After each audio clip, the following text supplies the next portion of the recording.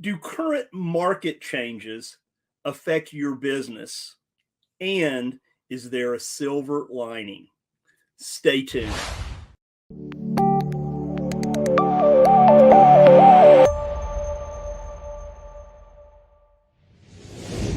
Welcome to this week's episode of Note School TV, where every Wednesday at 11:05 Central Time, we bring you, well, the most amazing guests, the most amazing content in the note industry.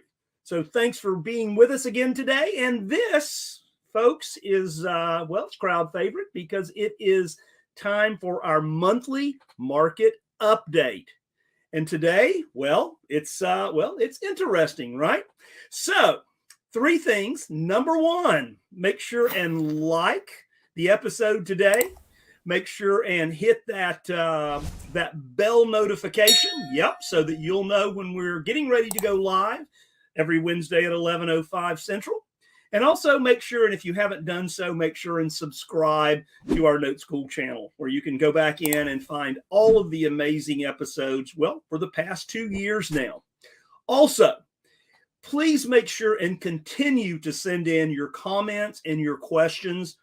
Mean a great deal to Eddie and I, because we know where your mind is and that we are resonating. What we're doing is resonating with you guys out there. So please make sure and do that.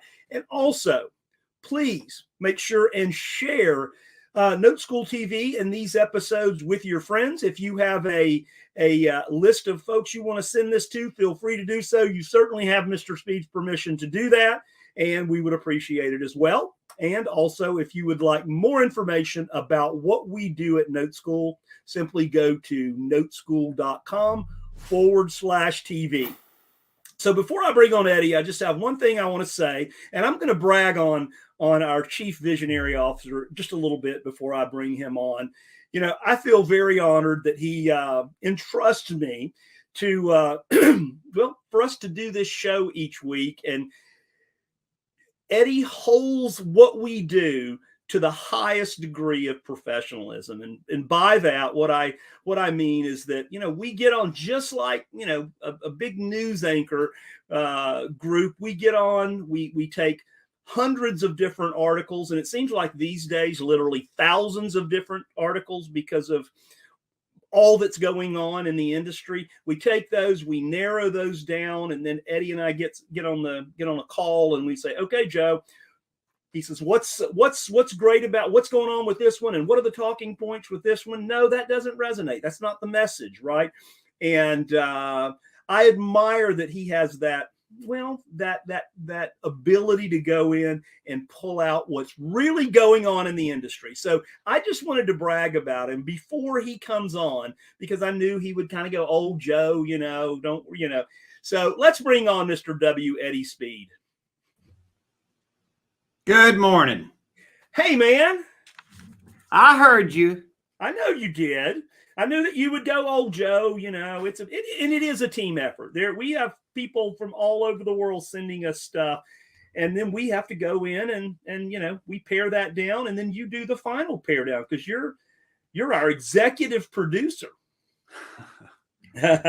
Well, there is a lot of noise in the market. And, I know that if you guys have been with us for a while, you've been watching us talk about this trend in market. Yeah. And we were calling for things to slide before things were sliding. And a lot of you, I know we were sort of flying in the face of what you were in disbelief of. But the market is what the market is. And we just want to lay it down the middle. Right. There's all these comparisons. Is this 1980 over again? Is this 2001 all over again? Is this 2008? There's a lot of comparisons. Every market will have things that were similar to other markets, but every market has its own unique characteristics. And so we're trying to apply, because we have been in the business a long time, we're trying to apply some history, but we're also trying to look at maybe things that aren't exactly the same and maybe other things. So Joe, let's pull up some slides here.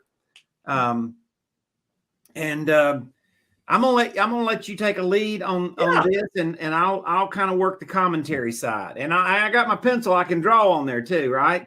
Very good. You know, Eddie, I've if I don't know if these folks can see this at the bottom of that slide there, but that map is put together by Lance Lambert from Fortune, and I follow Lance. He does a really good job, and as well as John Burns, right, from Real Estate Consulting. But this is from Fortune. And it basically says, you know, well, the headline says speedy escape from the housing market slump unlikely. ARMs tied amid low rate lockup. So the ARMs is kind of a pun in two ways, the adjustable rate mortgages, and then, you know, the things that our hands connect to, right? So these are the 98 major regional markets in the United States.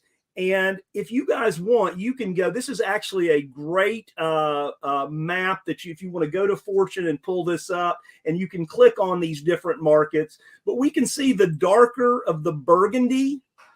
I'd call that burgundy. That's what it looks like to me anyway, is those are the ones that, you know, are slipping very quickly. And I think we would all agree that probably the one up there in the northwest corner of the country, being Seattle, is adjusting pretty quickly. And then, of course, we look along the West Coast there. Yep.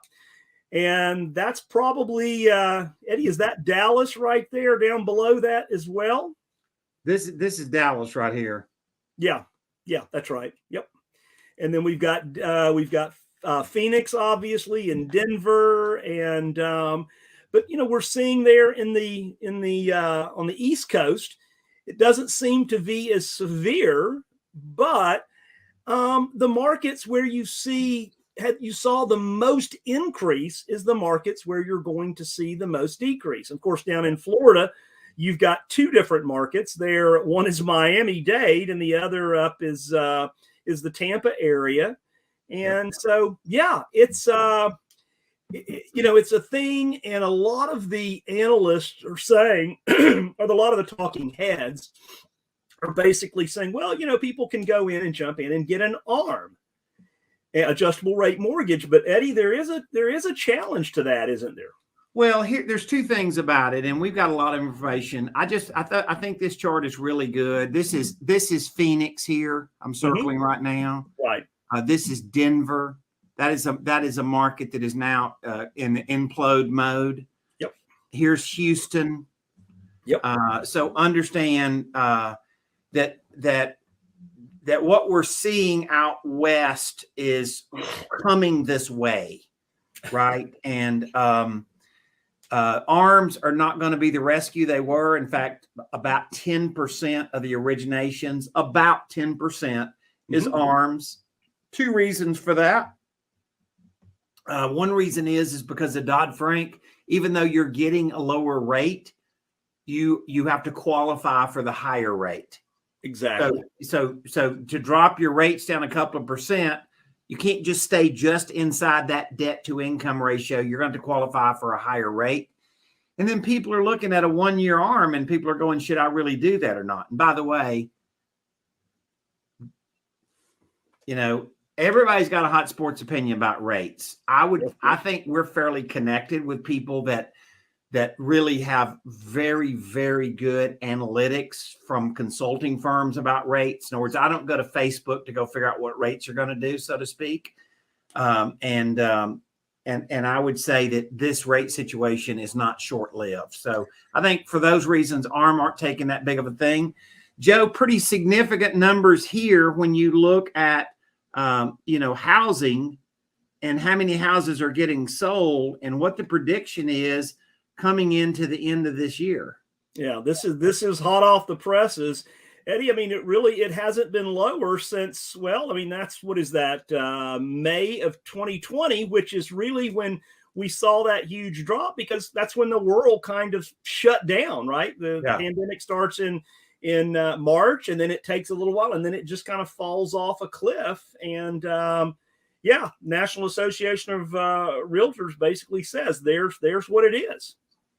So understand that we have a weird situation that this is projected through the end of the year. Is that correct, Joe? That is correct.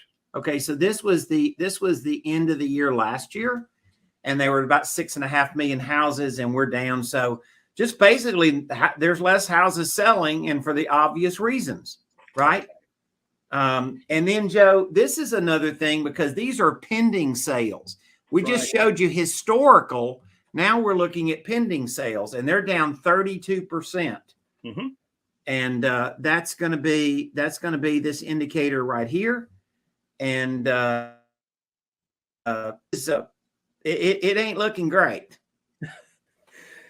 The trajectory is definitely going the wrong way. And, Eddie, you called it just perfectly. Historically, when you were talking about what happens to the West moves to the East, and we have seen that historically in everything.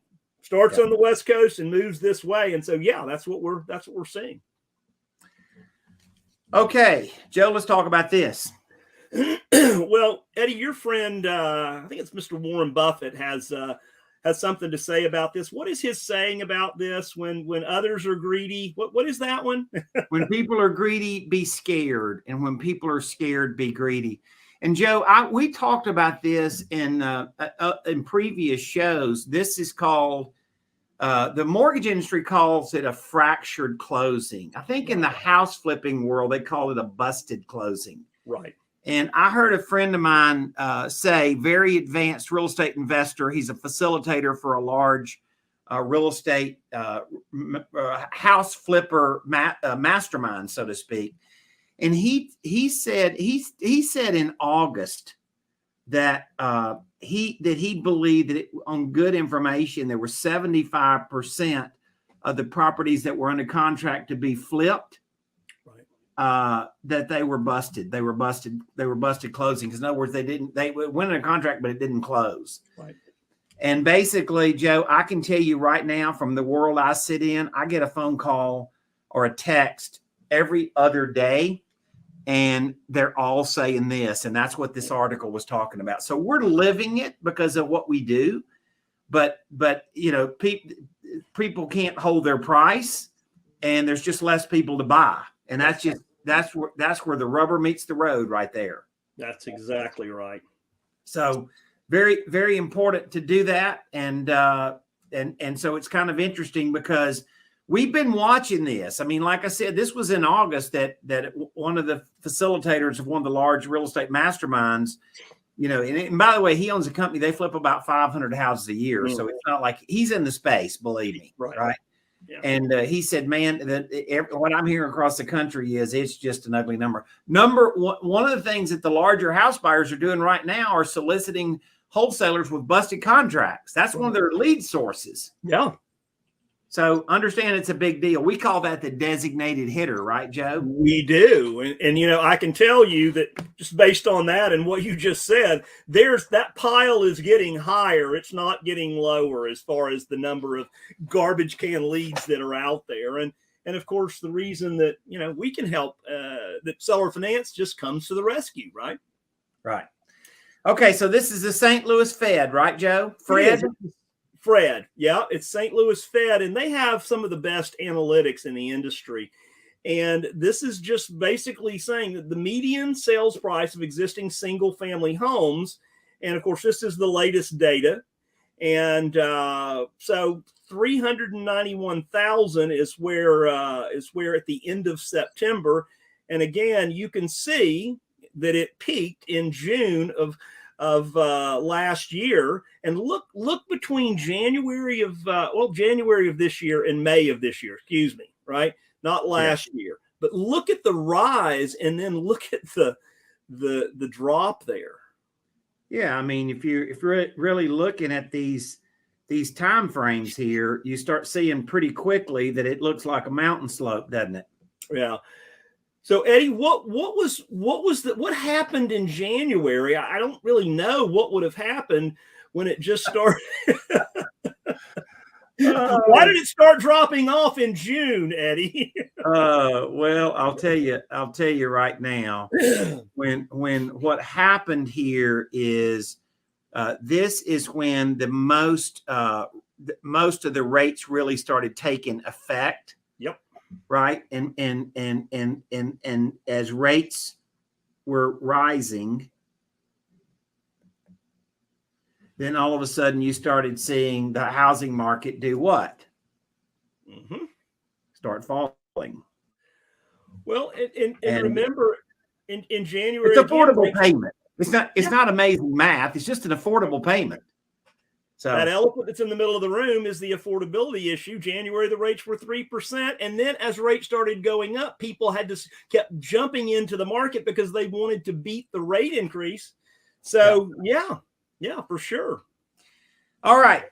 So Joe, I want to talk about this because this talks about who needs creative financing. And right after this, we're going to have our commercial and talk about Note Expo, because we're going to be beating this up here in just a few days, starting end of next week, Note Expo. And if you haven't considered coming, I can tell you right now that we're going to be addressing the biggest thing. So Joe, talk about this.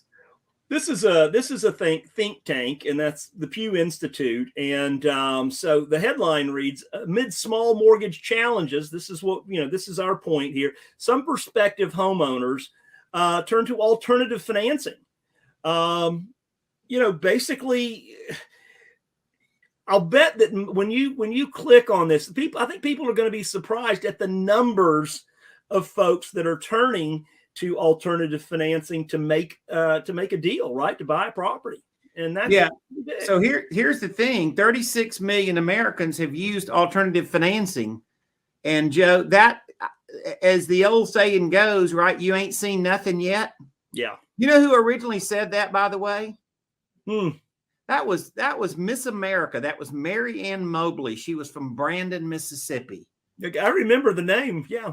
Yeah. Actually, ironically, I used to know her family. You ain't seen nothing yet. She's the one that originally said, you ain't seen nothing yet. Wow. Right.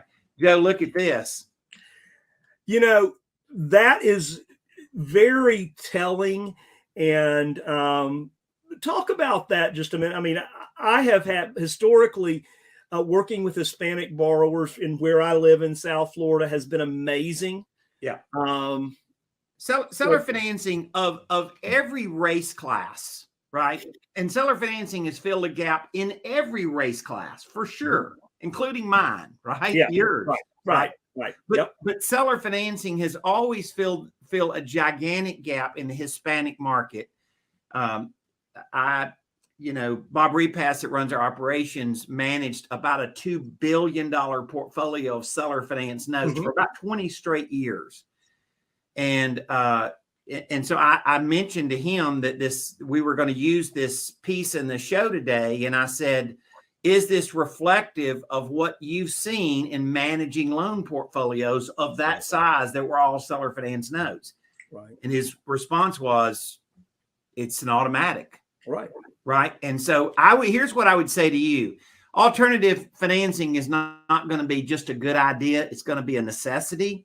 Right. And Hispanic people have done really well at figuring out a way to be a homeowner, because they seek out deals that have seller financing, and instead of being a tenant, they are homeowner.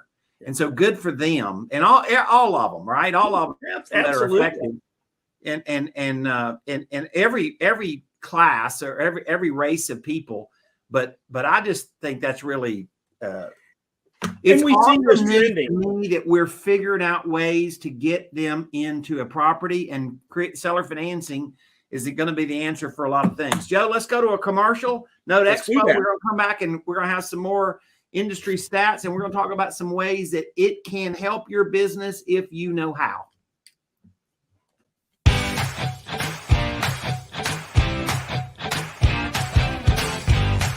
We are at Note Expo. It's amazing. Phenomenal. Just fantastic. It's like recharging my batteries. I get enthused again. I meet a lot of other people in the business. I get a lot of ideas. Connections.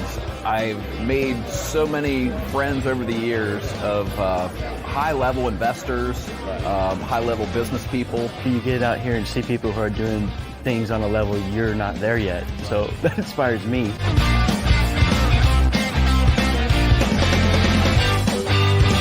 It's been a great event.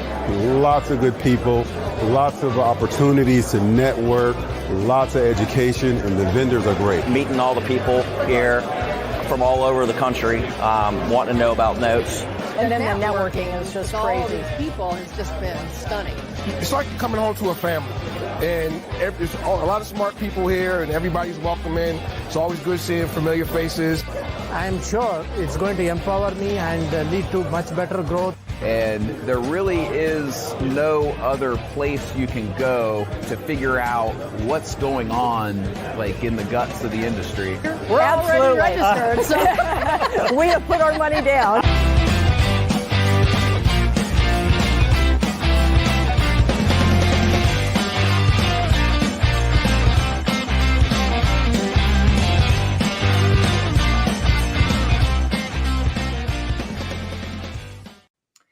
Yes, sir, Joe. Note Expo. We are going to talk about all of these market changes, how real estate investors can use alternative financing. We're going to talk about buying non-performing notes. We're going to talk about a market inventory that some people don't even know about, and that's buying reperforming notes. These are notes that are paying that have been modified. That's right. Okay, so this, Joe, I threw this up on the slide. This is Mortgage Bankers Association. This literally is a slide that you popped this morning.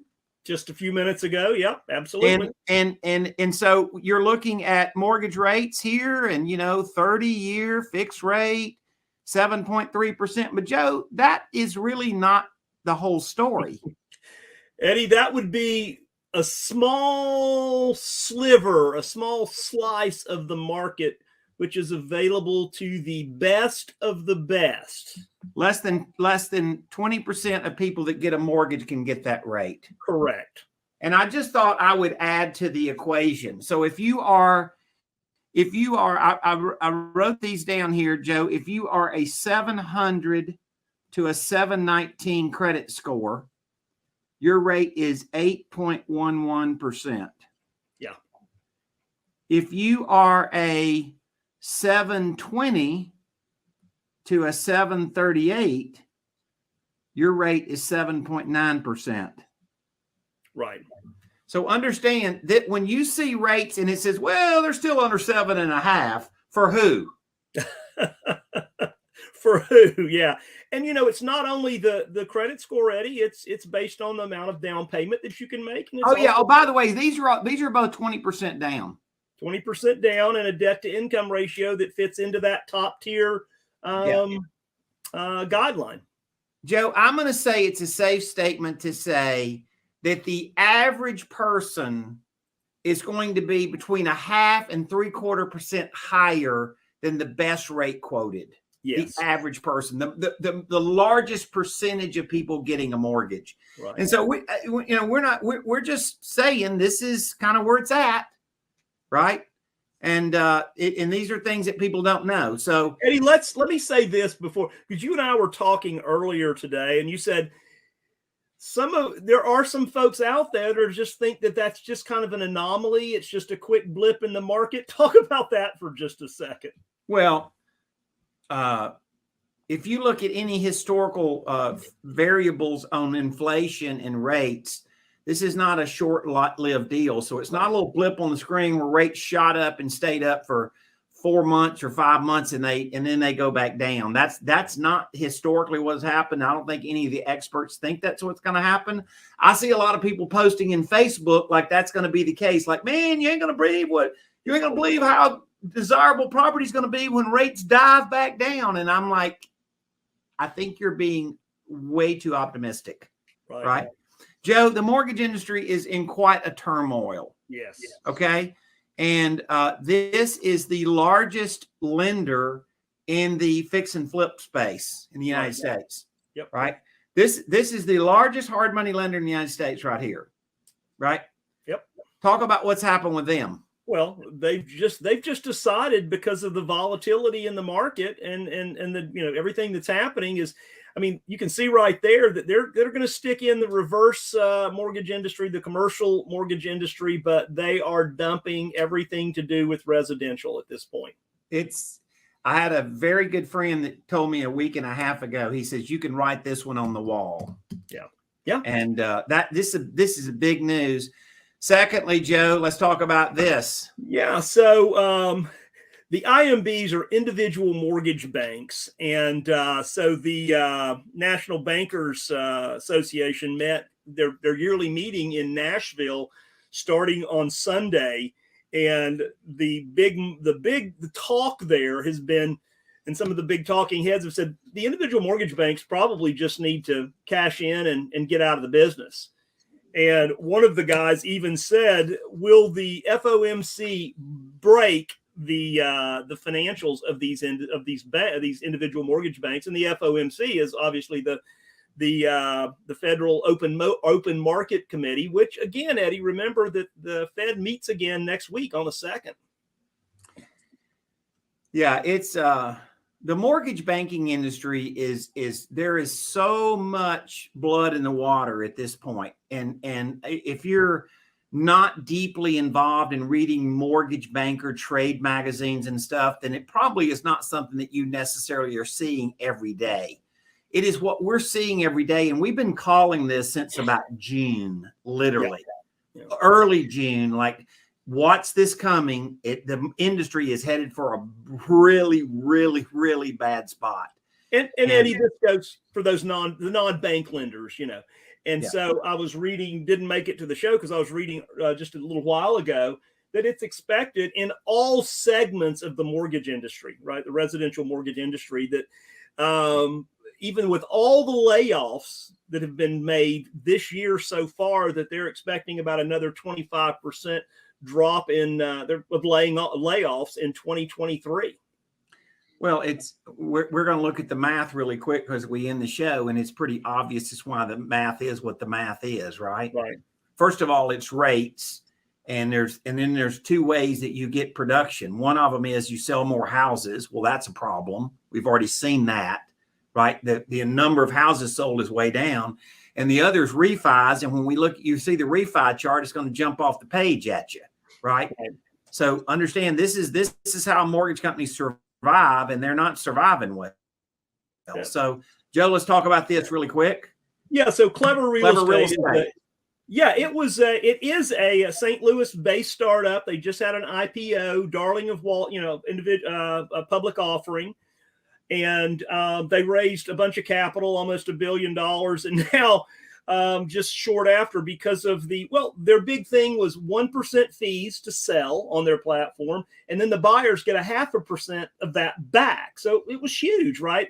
Yeah. An industry disruptor, and they're laying off most of their staff just simply because people are not listing.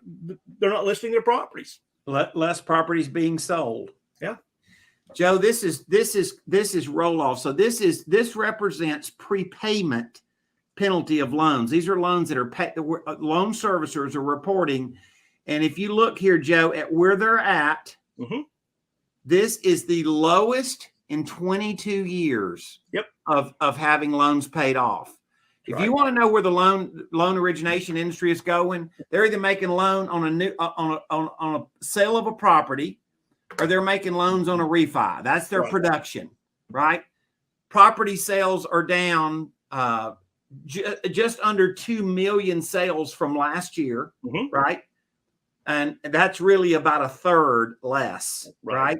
And then now you see that loan payoffs are, because of refis, they are at a 22-year low. And so if you want to get a good sense of this problem of rates, this is an absolute reflection. And by the way, Joe, this is whenever I've seen these things happen in the past, there's a lot of other things that follow. Exactly. And the biggest thing I would say to you is that this is when seller financing becomes a rock star. And we're not just saying it because we're in the seller finance business and we have Note School and we teach that. That's all true. But the truth of the matter is, this is just a market condition, and the market condition we've seen before. And when seller financing thrives, when conventional lending doesn't thrive, right? Conventional lending is far from thriving. And so something's going to fill the gap. It's called alternative financing. That's why you're seeing articles about it. And so if this is something that affects your business, because of the market changes.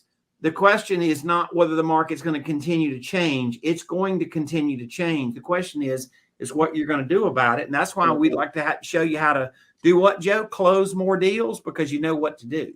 That's right. Well, that's our motto here at Note School, right? Show you how to close more deals. All right. One last thing, non-performing notes. There is more non-performing inventory than we've seen. These are reperforming notes. Excuse me, reperforming. Okay. Right. Reperforming notes. And there is a huge inventory, Joe. I know that we have one client that has about 800 of these. Right. Reperforming notes. And there is a big inventory of these things coming. And this Fannie Mae trade right here was almost $2 billion. Mm-hmm. And it's a big number. And then also non-performing notes, same thing, Joe. We're seeing 5,600 notes, and we are seeing more non-performing note trades now than we've seen, Joe. And I'm going to say years and years and years. And we really haven't. It's just coming off the top of the mountain now. Yeah. So this was just under $1 billion worth. And we're seeing announcements of these kind of trades, let's call it, on a very regular basis right now. So fast and frequent is what we would say. Exactly. Yeah. Joe, I'll tell you what, Note Expo next week, we're going to have a big time, because we're going to be talking about all these conditions and how they fit and how we make it work. If you're in the real estate investing business and you're trying to figure out how to have an advantage in the market where you feel like the market might be taking advantage of you, I'm going to tell you a little secret. Creative financing is going to be the key to your success. Absolutely. And we would love to help you figure that out. We're helping a whole lot of people in the market, from people that aren't so big to people that are the biggest people in the business. And we're thrilled that we feel like we've trained for this party for about 40 something years, and it's showed up, and hopefully we're giving the right information to show people the right moves to make. Absolutely. Absolutely. So, guys, thanks so much for being with us today. Eddie and I thoroughly enjoy bringing this information, this data to you. We try to make it as fair and balanced as possible. We're not, we offer a solution, right? Here's the story, but here's the solution, and here's the silver lining, as we talked about at the beginning, Eddie. So. All right, guys. Thank you. Have a great week. And we hope you enjoyed this. As Joe said, if this is meaningful to some of your friends, share this with them. Please we do. put a lot of effort into trying to give a fair and balanced report that relates to financing and real estate in general. And hopefully that was helpful to you. Have a great day. See you guys.